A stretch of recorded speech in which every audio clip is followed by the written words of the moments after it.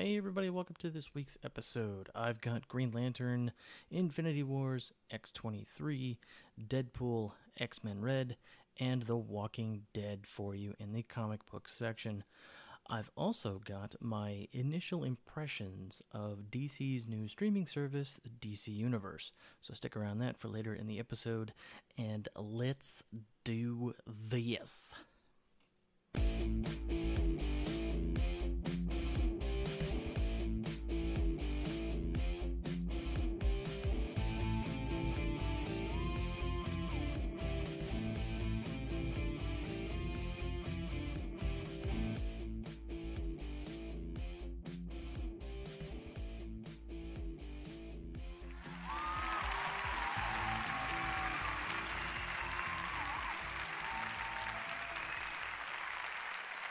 Thank you.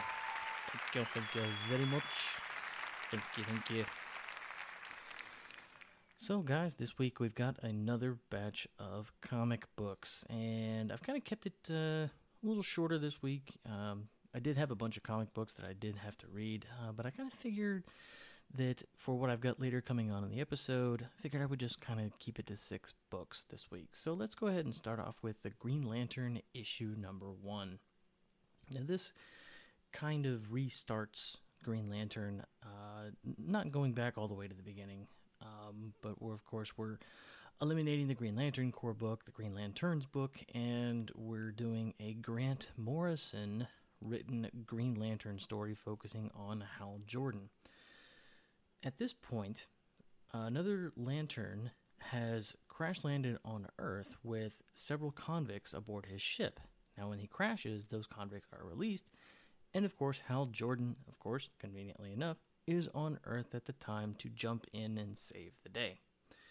After returning all the prisoners to ships, he is immediately summoned to Oa, where the Guardians call him and tell him that, according to the Book of Oa, there is a traitor in the Corps, and they know who it is. But we do not know who that traitor is. The Guardians know, but I guess they didn't tell Hal? I don't know, but there is a traitor in their midst. So, yeah. I'm kind of interested to see Grant Morrison's take on Hal Jordan as a Green Lantern. The art for this book, it did not do it for me. I felt it was kind of just thrown in there. It was very detailed artwork. It felt real, I don't know, didn't feel as comic booky. It felt like that kind of art where they're trying to be super realistic, but we're over detailed with the shadowing, and it was very dark art, and it just didn't do it for me. So hopefully the story will at least overshadow the crappy art that that was in this. So let's move on to Infinity Wars issue number 5. Now, inside the Soul Gem, Adam Warlock and his team of warped heroes, of course that includes, Iron Hammer, the Soldier Supreme, and those kind of people that, if you've been reading the Infinity War tie-in books, you know about these people. So they're all battling Devondra, who is this creature who lives inside the Soul Gem and eats souls. She basically lives off the souls in the Soul Gem. They're doing that while Loki and his team find the Infinity Gems that exist inside the Soul Gem, and they use them to leave Soul World and find Gamora to take the Infinity Gems that she has from her. So, I know, right? So now there's 2 sets of Infinity Gems in our world, but which is weird because they shouldn't work right. And anyway, comic books, people. So Loki, of course, manages to betray them. What? I know, right? Like, what? Loki manages to betray them? Like, come on. Really? And before leaving, he throws Gamora into the Soul Gem and then takes off to answer his own questions of existence. And it's his part of the story has just been kind of, yeah, exactly. Like, I don't really fully understand why Loki is even part. I don't know. Maybe they'll figure it out in next issue. I don't know, but I just feel like the Loki aspect of this Infinity War story just really isn't going anywhere that I care about. I think that's really just what it boils down to. So next up is one of my all-time favorite stories so far this year, X-23. That's right. So we've got some X-23 action going on. This is issue number 6. Now this issue was a really quick read, and it starts off with Gabby and Laura undercover and back at school. While Gabby settles into her role as a student, Laura settles into her role as a gym teacher, and apparently they're looking for someone, I guess, but they don't really quite know who it is. So they're working on looking for a person, but they have to figure out who the person is they're looking for first. And the opportunity comes along when the science fair comes around, and one of the students has built some kind of robot-looking deal, and I guess she's evil because when Gabby tries to confront her with the robot attacks Gabby, and things get sticky for Gabby, as in, like, the robot shoots sticky gumballs. I don't know, it was weird, but Laura manages to arrive and attack the problem head on by, lopping off the robot's head. I gotta laugh. Holy crap, I gotta laugh. Thank you so much for that. Now cut it off. We don't want to take too much out of it, So, all right, the laughs are fake. So, but anyway, let's move on to some Deadpool, because we can't just not talk about Deadpool, right? So this is Deadpool issue number 6, and Deadpool is feeling kind of depressed. Yeah. He's not his normal Deadpool self, and rightfully so, as he's been going through kind of a lot of crap, and he's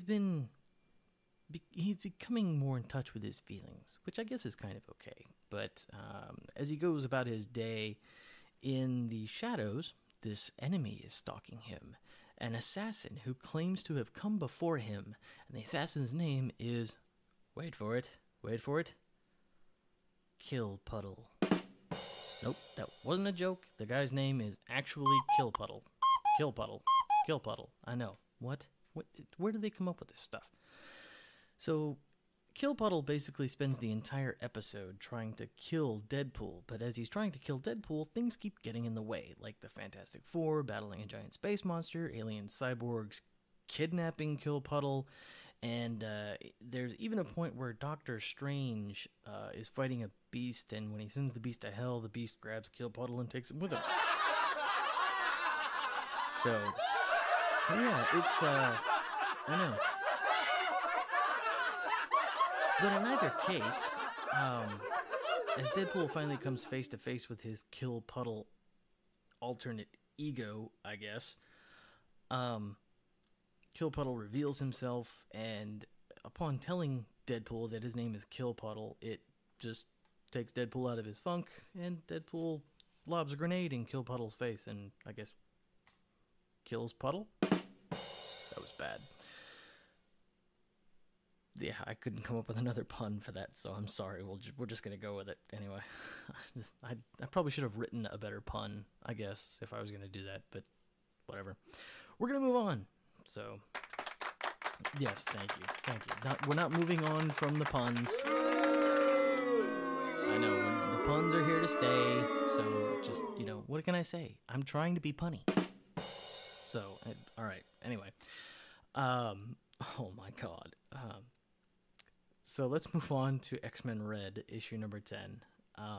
Jean Grey has released a video declaring war on the human race. But wait. In Atlantis, Jean and her team are watching the video of her declaring war on the human race and are like, dude, did you do that? No, I didn't do that. Did you do that? I didn't do that. So it must have been Cassandra Nova who did that. And while Cassandra Nova is playing this video of Jean, declaring war on the human race, she captures passenger jets full of people and brings them to Genosa. When Jean comes up with an idea to replicate Magneto's telepathic-proof helmet, She and her team go to Genosha to confront Cassandra, but they're not alone because they bring the entire Atlantean army with them and even a squad of Avengers, also armed with those helmets. And they're going to take the fight to Cassandra Nova. I think it's finally time to basically just look Cassandra Nova in the face and,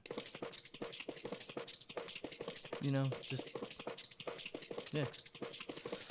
So, the X-Men Red Book, I really feel like is really the better X-Men book. The red, the gold, the blue. And I've always been a fan of the gold and the blue teams for, a few years now. But I feel like the X-Men Red Book is really where they're going to be able to set the stage for the Uncanny X-Men book that's coming, and to kind of move Jean Grey back into that leadership role, now that she's alive again for, I think, like the fourth time or something. I don't even know. But, I'm interested to see where they kind of end X-Men Red, and, the Uncanny X-Men book takes over. And I will definitely feel better about not having to read 5 or 6 X-Men books a month. That will definitely, that, because it's like reading all of these X-Men books is just, and it just, like, I don't even know what to do anymore sometimes. So, let's move on to our final book this week, The Walking Dead, issue number 185. So, while Rick and Michonne try to get used to how things are run in the Commonwealth, Dwight tries to convince Rick to help these people start a revolution. I know, right? Like, everything is going so well. Why would Dwight want to screw with that? I don't know. But Rick tells Dwight that it's a bad idea. He doesn't want to hear about it anymore. And Dwight storms off, of course, and he decides that he's going to prove his theory right, that these people are not happy with the way things are and they want a revolution. And so he picks a fight with a couple of guards. And as the guards go, of course, to, strong-arm Dwight and they go to beat him, the people stand up for Dwight and they end up taking Dwight off to a cell. Now later they bring Rick to Dwight, and Rick is like, what the hell is wrong with you? Why would you do this? And Dwight's like, they were going to beat me. The people stood up and they fought for me. And Rick is like, look, I understand these people don't really like the way things are. I don't like the way things are. And so Rick kind of understands where Dwight's coming from. However, Rick also understands you can't just go around starting wars all the time. I get the feeling like Rick is tired and he just wants peace, and he's not really interested in, being a part of the solution to a problem that's going on if the people can't do it themselves. So he basically just tells Dwight, it's like, don't, like, you're in this now. This is, you're in jail. I'm not going to do anything for you. And as he goes to leave, Mercer, the head of the guards, says to Rick that he is the leader the Commonwealth needs.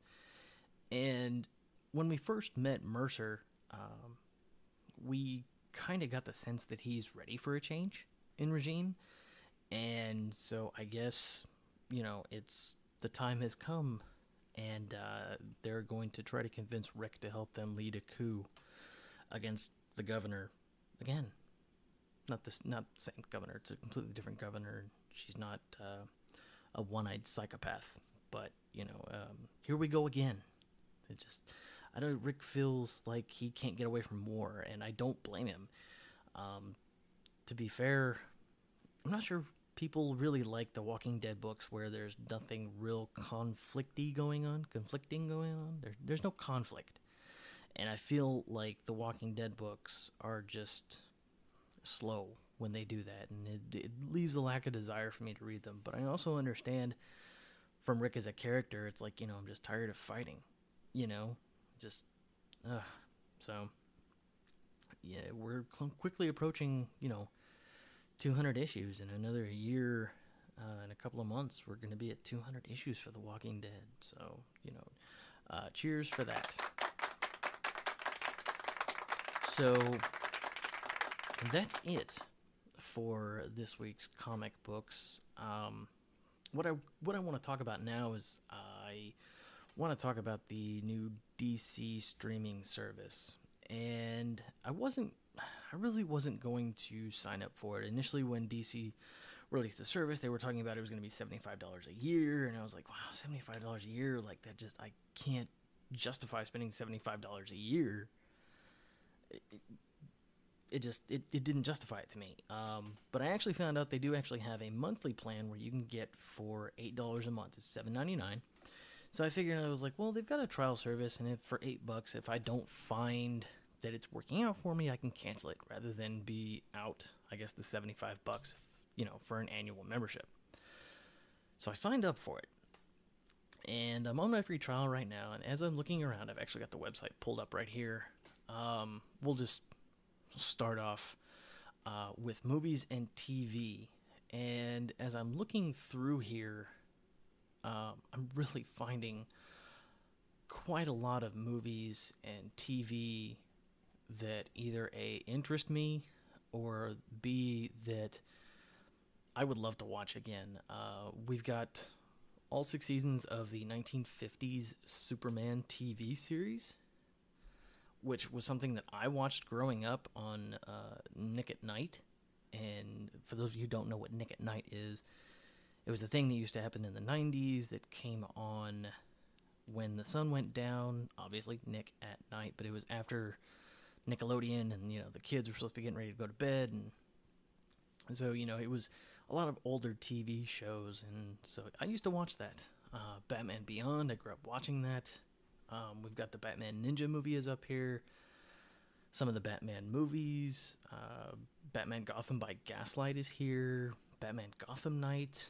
Mask of the Phantasm and Mystery of the Batwoman is up here, which was something that I was like, wow, Mask of the Phantasm, 1993. I was like, yes, please. But also, I found the Batman animated series from 1992. That's up here, which is something that I was super interested in because I loved that animated series. Coming home in the afternoon after school and watching that was just like awesome. Both parts of The Dark Knight Returns are up here. Batman Year One, Red Hood.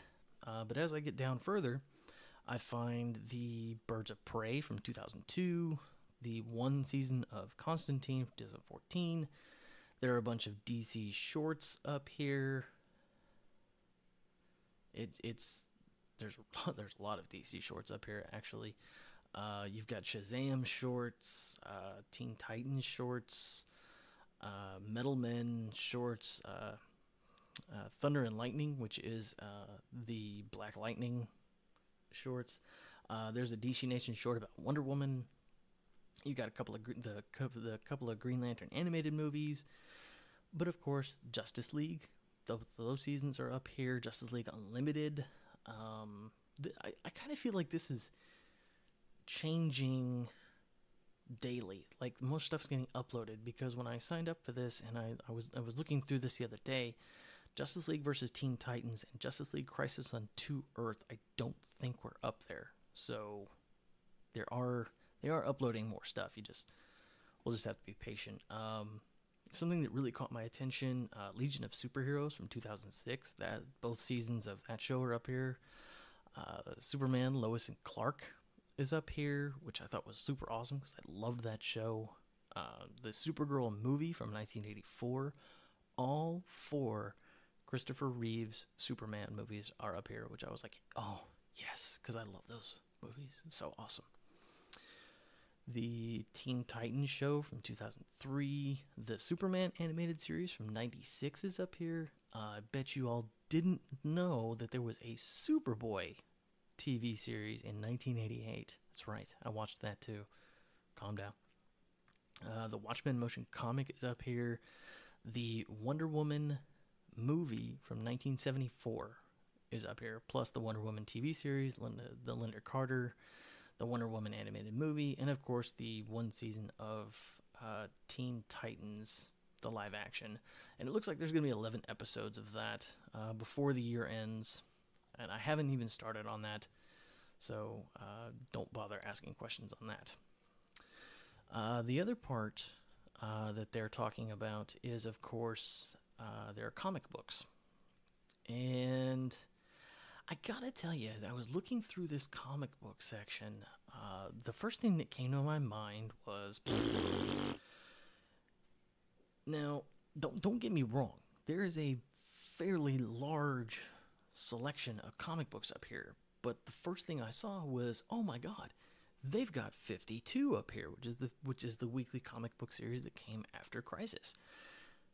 But it's only the first issue. And as I started scrolling through some of this, I'm finding that there's similar issues. Action Comics. Now, Action Comics, the 1938 Action Comics #1 issue is up here, and I believe it's actually issues number 1 through 10, and then it does a couple of random issues after that. But that I thought that was really cool, so I might actually read Action Comics #1. So I probably will not like it. It will be super campy, and I will hate it. There's some issues of Animal Man up here from 2011. You've got quite a bit of Aquaman stuff. 75 issues of Aquaman from the 1994 run. I did find they've got a lot of their Rebirth stuff up here, but it is only issue number 1. I kind of feel like this is the comic books really are to kind of draw you in and try to get you hooked on buying the comics, which is not a bad idea. See, again, like I said, they were updating it because yesterday there was only issue number 1 of Birds of Prey Rebirth, and now we're up to 7 issues of Birds of Prey for Rebirth, which is interesting. Also, the Batgirl Year 1, which is something that I have never read, but I was really interested in reading. I've heard really good things about it, and so I actually plan on reading that. So there is that. There is some Batman stuff up here. If you've never read Batman Eternal, this is a good chance, and you're really interested in looking at the other TV series. All 52 issues of Batman Eternal are up here, which was awesome. It was a really good story. Check it out. Batman Gotham Knights. Batman Dark Victory is up here. It's only got 1 through 13. Issue 0 isn't up here, which I guess is kind of okay. But, I mean, why wouldn't you put issue 0 up there? You've got whatever. The other thing that really caught my eye is Batman Legends of the Dark Knight, which is the series from 1989.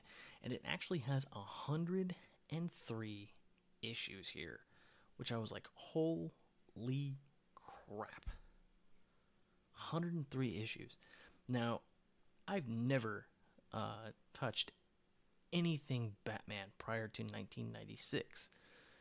So this seems like a good opportunity for me to read something prior to my start in Batman. So, Legends of the Dark Knight, 103 episodes. Issues, my bad. Again, The Dark Knight Returns, there's only 1 issue of that, which I thought was weird. Blackest Night Flash, which was completely random. Out of everything in this list, Black Knight Flash. I was like, if Blackest Night Flash is up here, where's the rest of Blackest Night? Nope, none of it. Just Flash. 36 issues of the 98 run on Birds of Prey. The first 6 issues of Batwoman from her first solo series, 2011. There's some Blue Beetle stuff, Booster Gold, and of course we all know how I feel about Booster Gold. If you're into reading some Catwoman stuff, there's some Catwoman issues up here from 93, 2001, 2004. 31 issues of the Checkmate series that came out in 2006. So there is a lot of really cool stuff up here. Something that caught my eye that I was kind of like, what? Why? Was there's only 8 issues of Grayson, which was the series that started after Dick Grayson supposedly died after Forever Evil. He became an agent of Spiral, and there was only 8 issues. I had heard really, really good things about that, and I don't know why they only have 8 issues up here. Just thought that was a little bit weird on my part. There is the 6 issues of Huntress Year 1 up here, if you're interested in that kind of thing. The Injustice Gods Among Us is a digital series already produced by DC, and they've only got the first 3 issues up here. Like, what? Come on. There's Joker's Asylum up here, the one-shots from 2010 from that thing. Again, some more Rebirth stuff. The Justice League Gods and Monsters issues are up here as well. If you didn't pick those up, it's one of those alternate DC universe kind of things, and Batman is a vampire. Wonder Woman is kind of a bitch. Superman is a complete dick. So it was actually a really good story. I really liked it. There was, I believe, a movie as well that came along with it. Maybe it might have been a short or something like that. But I do remember watching something. I think it might have been a movie. There's some Nightwing stuff up here, but you're only going to get like 30 some odd issues of Nightwing spanning from 95, 96, 2011, and 1 issue of Rebirth. Shock. Which I thought was weird because Nightwing's always been such a good book, and I've never even picked up an issue of Nightwing, but I always hear such great things about it. It's just one of those things that I can't bring myself to add. There's some Shazam stuff up here. The 1994 DC 1 million issues that came out, Starman issue is up here, and what a weird thing to have up there. Just why? Suicide Squad, some Supergirl stuff, not a lot of Supergirl stuff. Let's see, there's some Superman Batman issues, only 3, which, again, why only 3? And again, like I said, they might be doing some more uploads as time goes on. I know this is still brand new, and they're still just starting it, and they're trying to, I guess, test the waters. I don't really see the comic book end of this thing catching on unless they can upload more recent stuff, at least from the last 30 years. You've got the Joker comic book, 9 issues from 1975. Why? Like, even I'm not interested in that, and I absolutely love the Joker. The New Gods book from 1971. There's a bunch of Shazam stuff up here, but not a lot of Shazam stuff, and you would think that they would be pushing that really, really hard right now, and they're not. There is a lot of Titans stuff. You have the Titans, and you have Teen Titans. There's quite a bit of that stuff up here. Not as much Wonder Woman stuff as I would have expected there to be up here, but there is the Young Justice comic book series. Which also to say, I don't think I said anything about the Young Justice TV series being up here, because yes, the Young Justice TV series, both seasons, is up here, available for you to watch, since it's no longer on Netflix anywhere. Which I was like, yay, because season 3 will be premiering on DC Universe. So I'll get to watch that and give you guys a pretty good idea. I'm not going to spoil anything. I'm not going to do a review of every single episode, so chill. But I feel like my first impression of this whole DC Universe thing is to really just kind of say, for the $8 a month, it's worth it just for the movies and the TV shows. That's really what you're getting when you're getting this. And I have a feeling they're going to be uploading a lot more stuff as time goes on. Like I said, with those other movies that mysteriously appeared out of nowhere that I did not see the other day when I initially signed up for this. But again, for a lot of these newer movies, I own them already. Justice League versus Teen Titans, I own it. Justice League Crisis on Two Earths, I own it. Flashpoint Paradox, I own it. So, Justice League War, I own it. So but really, I feel like this will be a really good thing. Is it really worth the $8 a month for you? I would say if you're a fan of the old TV shows and the movies, yeah, I would say the $8 a month is worth it. There's also a section on here they call Encyclopedia, which is basically Wikipedia database for DC characters. You can go on here and you can find all kinds of DC characters. Some that I had never even heard of, like Antelope. I have no idea who that is. But it's basically the Wikipedia for DC characters. And I thought that was pretty cool. So probably give that a looky-loo as time goes on. But yeah, that's DC Universe. So... Oh, before I let you uh, exit this evening,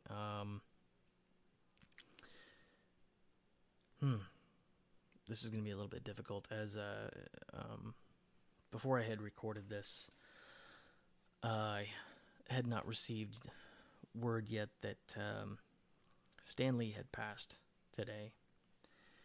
And man, I'm gonna start getting right in the feels. Wow. I wanted to say that, the guy being 95 years old, just to throw it out there on the internet for forever that. For everything he's done, for everything he has given us. The man changed creativity and the way we look at superheroes forever. And for somebody like Stan Lee, he's gone, but he will never ever be forgotten, and he will be the kind of person who will definitely live on for forever. His contributions to just everything in the world. Without him, I really don't think the comic books industry would be what it is today. With DC having to not compete with anybody, I don't think we would have the characters we have today. I don't think we definitely wouldn't have the MCU that we have today because those characters just wouldn't exist. And it's going to be really hard to not think of Stan Lee every time I pick up a Marvel book now, or every time I watch a movie from the MCU. And it'll be even harder to watch future MCU movies and not wait with anticipation to see what character Stan Lee is cameoing as, or just he's the kind of guy who crossed boundaries. He had a little cameo on a Teen Titans Go episode.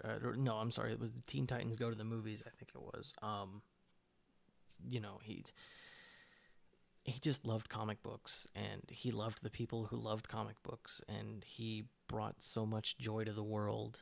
And over the last several years, he's been really sick, and he's been having a really hard time, and all the things that have been said about him, and the people around him in his life, and the things that have happened to him, and the passing of his wife, I know that now he's in a better place. And, I know that, now he's up there with Uncle Ben, and with his wife, and I know he's looking down on everybody who is thinking about him today, and I know that probably just fills him with the greatest joy possible, because all he ever wanted to do was bring joy to people with comic books and bring superheroes to a world that needed them. And he's gone, but never forgotten. Never ever forgotten. And to you, sir, I tip my hat, and I'm glad that I got to meet you the one time for 5 seconds as I shook your hand and told you that I loved you and your work, and your handler shushed me down the line um, but yeah, that's. I think the world has lost probably one of the greatest uh, creators ever, and that's just my opinion. You don't have to agree with it. Um, but until we meet again, sir, excelsior.